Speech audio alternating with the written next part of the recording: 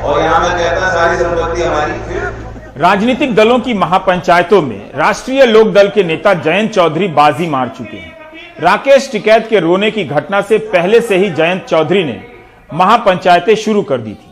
12 जनवरी, 19 जनवरी, 23 और 28 जनवरी को 5 महापंचायतें कर चुके थे। 28 जनवरी को जब टिकैत ने आंदोलन को नया तेवर दिया, उसके बाद से अब तक जयंत चौधरी 18 महापंचायतें कर चुके हैं।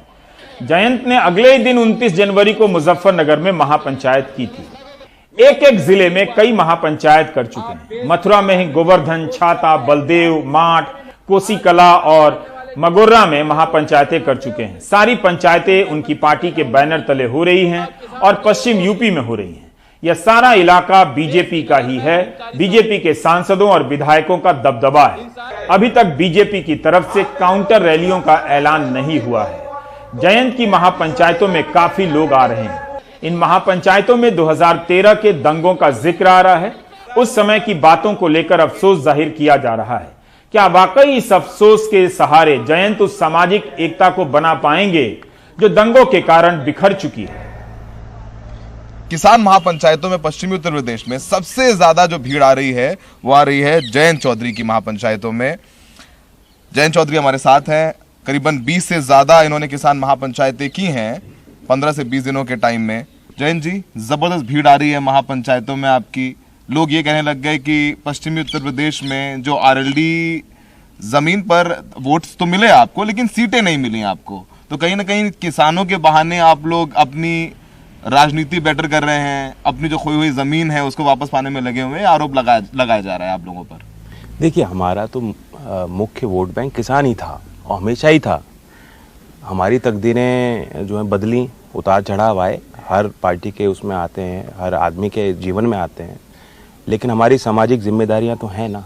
अब जब किसानों पे जिस तरह से सरकार ने एक तरह से उन पे वार किया है और उनका अपमान कर रही सरकार, अब 3 महीने हो गए हैं, किसानों की अभी भी सुनवाई नहीं हो रही। सरकार तो ये कह देती है हमने 10 बार 11 बार बैठक कर ली है और अब और ऐसा लग रहा है कि और अड़ियल होती जा रही है सरकार। बिल्कुल उन्होंने हार्डन कर दिया अपना स्टांस।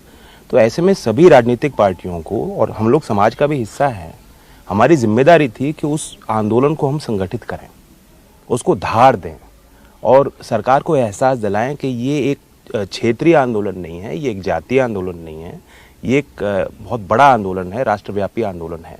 और जब तक राजनीतिक चोट का एहसास उनको हम नहीं देंगे, कोई भी सरकार बहुमत पे है, दूसरी बार लौट के आए हैं, they are very very self assured, they are very self confident. Modi ji को लगता ही नहीं है कि कहीं वो चुनाव हार सकते हैं। उस आत्मविश्वास को जब तक हम नहीं हिलाएंगे तब तक नागरिकों की बात, किसानों की बात, छात्रों की बात, कल को कोई और आंदोलन होगा, उनकी सुनवाई ढंग से सरकार करने वाली नहीं है।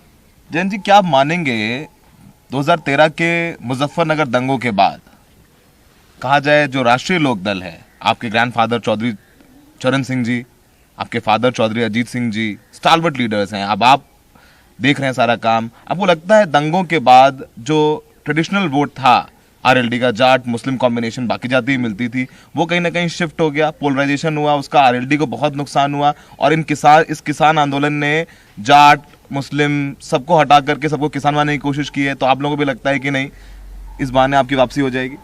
देखिए, मैं आपको सच बताऊं, वोट के पीछे बहुत बड़ा विश्वास होता है और बहुत कॉम्प्लेक्स सिस्टम है। कोई भी प्रिडिक्ट नहीं कर सकता वोटर कहाँ जाएगा, क्या होगा। बड़े बड़े पंडित आते हैं, स्टूडियो में बैठते हैं, अनुमान कोई भी नहीं कर सकता, हम लोगों को भी नहीं पता रहता। और आजकल तो स्थितियाँ ये हैं कि आपकी सभाएं बहुत बड़ी होती हैं, लोग हाथ उठाते हैं, लेकिन ऐन वक्त पे क्या चीज़ हो जाए, तो बहुत डायनामिक सिचुएशन है। लेकिन फिर भी मैं मानता हूँ कि वे कम्युनिटीज़ वो साथ में वोट करती हैं जो एक दूसरे पे विश्वास करें। निश्चित तौर पे जब हिंसा हुई और आपस में ही हिंसा हुई, उसका प्रभाव सोशल फैब्रिक पे पड़ा, वहाँ के जीवन पर पड़ा, वहाँ के व्यापार और व्यवसायों पर पड़ा और वहाँ के राजनीति पे भी पड़ा। वह हमारा गढ़ था मुजफ्फरनगर और इसलिए वक्त लगा उन चीज़ों को फिर जो बिखेर दिए गए, उन रिश्तों को, उन धागों को हमने फिर समेटा है। और अच्छी बात ये, अच्छे संकेत हैं। सरकार को बुरा नहीं मानना चाहिए, आज उनका विरोध हो रहा है, लेकिन अगर हम सब लोग सरदार हों, हिंदू हों, मुसलमान हों, सब कास्ट के लोग आ रहे हैं और कह रहे हैं हमारी पहचान खेती से है या हमारी पहचान गांव से है, यही असली भारत है। सर, आपकी तमाम महापंचायतों में हमने देखा तमाम बुजुर्ग लोग हैं जो हाथ जोड़ के आपसे माफी मांग रहे हैं कि नहीं देखिए हमने आपका साथ नहीं दिया, अब हम जाग गए हैं, नमक लेकर ये कस्में खा रहे हैं कि हमने जो छोड़ दिया था चौधरी साहब को, हम चौधरी साहब के साथ में। हमने देखा है लोग भावुक हो रहे हैं, आपसे हाथ जोड़ के माफी मांग रहे हैं, तो फिर जाहिर सी बात है ना, वो तो आपसे कह रहे हैं देखिए अभी हम बीजेपी के साथ चले गए थे, हमसे गलती हो गई, हम आपके पास वापस आ रहे हैं, तो इसका राजनीतिक लाभ तो मिल रहा है अजीत सिंह जी को और आपको। बिल्कुल मिल रहा है, उसमें कोई बुराई नहीं है। जब हाथरस की घटना हुई थी उसके बाद हमने मुजफ्फरनगर में ही पंचायत करी थी और मैंने ही मन से कहा था कि जो लोग बीजेपी में चले गए मैं उनकी तरफ हाथ बढ़ा रहा हूँ, हमें चाहिए, उनकी आवश्यकता है, ये वक्त है, ये कमजोरी का वक्त है हमारे लिए भी और समाज के लिए भी। तो वो इमोशनल पिच मैंने भी किया है और politics is never devoid of emotion. ना ही पहचान के बगैर कोई राजनीति होती है। सवाल ये आप हिंदू मुसलमान की पहचान को लेकर जाना चाहते हो या आप किसान की पहचान को लेकर जाना चाहते हो। हमने दूसरा रास्ता चुना है, किसान का।